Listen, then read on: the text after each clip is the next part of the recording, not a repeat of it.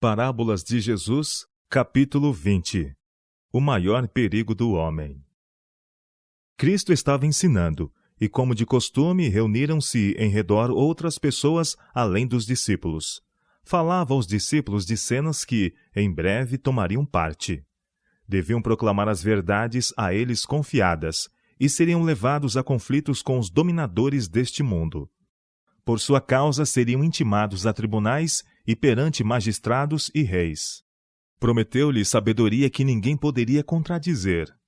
Suas palavras, que moviam o coração da multidão e confundiam os astutos adversários, testemunhavam do poder daquele Espírito imanente que prometera a seus seguidores. Havia muitos, porém, que ansiavam a graça do céu unicamente para servir a seus propósitos egoístas. Reconheciam o maravilhoso poder de Cristo de expor a verdade em clara luz. Ouviam a promessa a seus seguidores, de sabedoria para falar perante governadores e magistrados. Não lhes concederia também poder para seu proveito material? E disse-lhe um da multidão: Mestre, dize a meu irmão que reparta comigo a herança. Deus dera por Moisés instruções concernentes à transmissão de propriedade. O primogênito recebia uma porção dobrada das posses do pai, enquanto os mais moços recebiam o restante em partes iguais.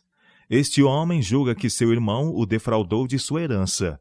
Seus próprios esforços falharam para ganhar o que considerava seu de direito. Porém, se Cristo se interpusesse, a intenção certamente seria alcançada. Ele ouvira os fortes apelos de Cristo e suas solenes denúncias contra os escribas e fariseus.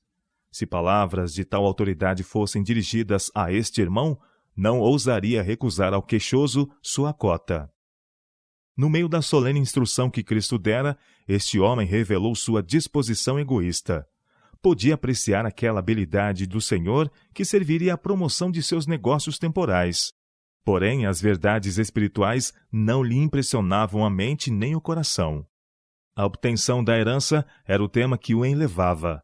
Jesus, o Rei da Glória, que era rico, mas por nossa causa se tornou pobre, lhe estava abrindo os tesouros do amor divino. O Espírito Santo com ele pleiteava para que se tornasse herdeiro do tesouro incorruptível, incontaminável, e que se não pode murchar. 1 Pedro capítulo 1, verso 4. Vira as evidências do amor de Cristo. Agora tinha a oportunidade de falar ao grande mestre e de exprimir o mais íntimo desejo do coração. Como o homem, como o ancinho na alegoria de Bunyan, seus olhos estavam fixos na terra. Não viu a coroa sobre sua cabeça. Como Simão Mago, estimava a dádiva de Deus como meio de alcançar lucros materiais. A missão do Salvador na terra estava próxima do fim. Restavam-lhe poucos meses para concluir aquilo a que viera, isto é, estabelecer o reino de sua graça. Contudo, a cobiça humana tentava desviá-lo de sua obra para resolver a contenda sobre um pedaço de terra. Mas Jesus não podia ser distraído de sua missão. Retrucou: Homem, quem me pôs a mim por juiz ou repartidor entre vós? Jesus podia ter dito a esse homem justamente o que era correto. Sabia quem neste caso tinha razão. Porém, os irmãos estavam em desavença porque eram avarentos.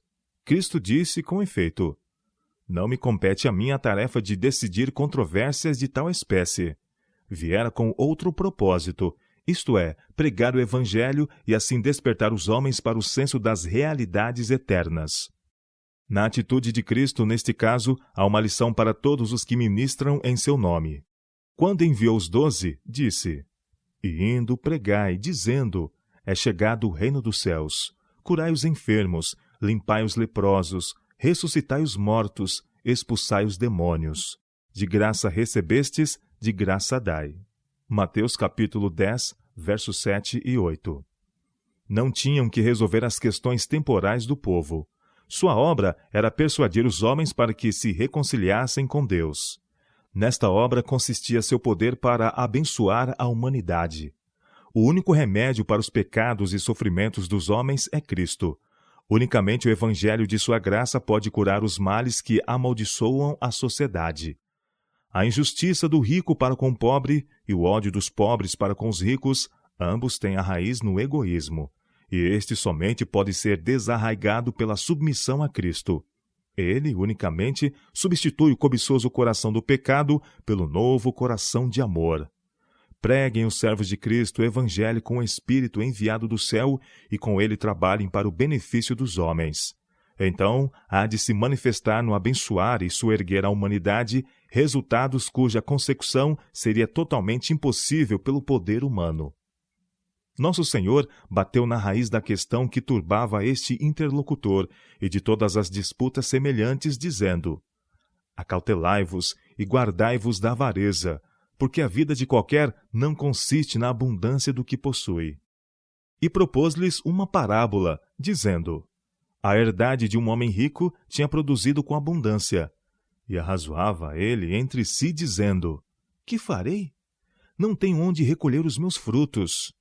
E disse: farei isto, derribarei os meus celeiros, e edificarei outros maiores, e ali recolherei todas as minhas novidades e os meus bens, e direi à minha alma: alma, tens em depósito muitos bens para muitos anos. Descansa, come, bebe e folga. Mas Deus lhe disse: louco, esta noite te pedirão a tua alma, e o que tens preparado para quem será? Assim é aquele que para si ajunta tesouros, e não é rico para com Deus. Pela parábola do rico insensato, mostrou Cristo a loucura dos que fazem do mundo seu tudo. Este homem recebera tudo de Deus. Ao sol fora permitido brilhar sobre sua herdade, pois seus raios caem sobre justos e injustos. A chuva desce do céu do mesmo modo sobre maus e bons. O Senhor fizera que a vegetação florescesse e os campos produzissem abundantemente. O rico estava em perplexidade sobre o que devia fazer com a colheita. Seus celeiros estavam superabarrotados e não tinha lugar para o excedente. Não pensou em Deus, de quem viera todas as dádivas. Não reconheceu que Deus o fizera mordomo de seus bens para que socorresse os necessitados. Tinha a abençoada oportunidade de se tornar distribuidor das bênçãos de Deus. Porém, unicamente pensou em administrar ao próprio conforto. A situação do pobre, do órfão, da viúva, do enfermo, do aflito foi trazida à atenção desse rico. Havia muitos lares nos quais distribuir seus bens.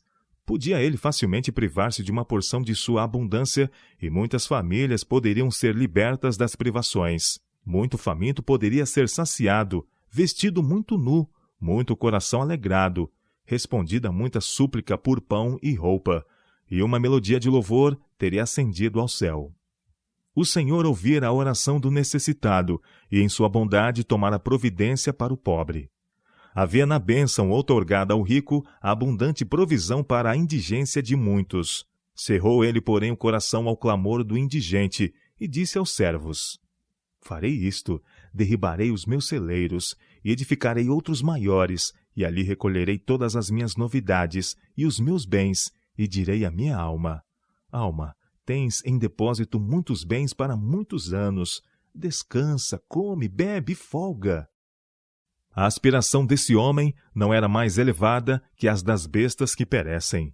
Vivia como se não houvesse Deus, nem céu, nem vida futura. Como se tudo que possuía lhe pertencesse e nada devesse a Deus nem aos homens. Descreve o salmista este rico ao dizer: disse o nécio no seu coração: não a Deus. Salmo 14, verso 1. Esse homem vivera e planejara para o eu. Vê que há bastante provisão para o futuro. Nada mais lhe resta agora senão entesourar e gozar o fruto de seu trabalho. Considera-se favorecido sobre os outros homens e confere a si mesmo a honra de ter administrado sabiamente. É honrado pelos concidadãos como homem de bom discernimento e próspero, porque os homens te louvam quando fazes bem a ti mesmo.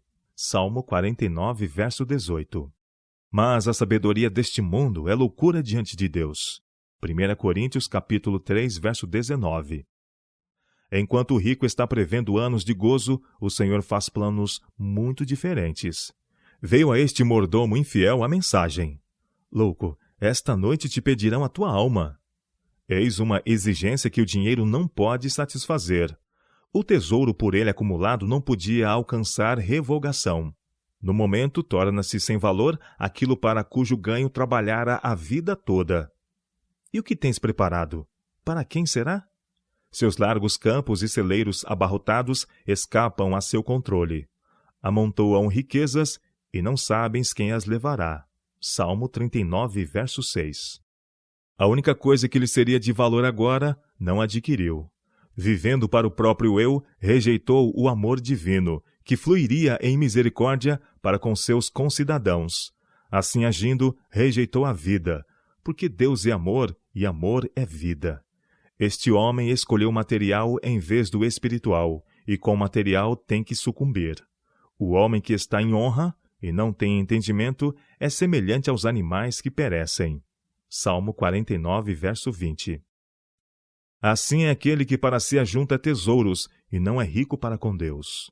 A ilustração é aplicável a todos os tempos. Você pode planejar meramente para a própria satisfação egoísta, acumular tesouros, construir mansões grandes e altas como os arquitetos da antiga Babilônia. Porém, não pode arquitetar um muro tão alto e um portal tão forte que exclua os mensageiros da vingança.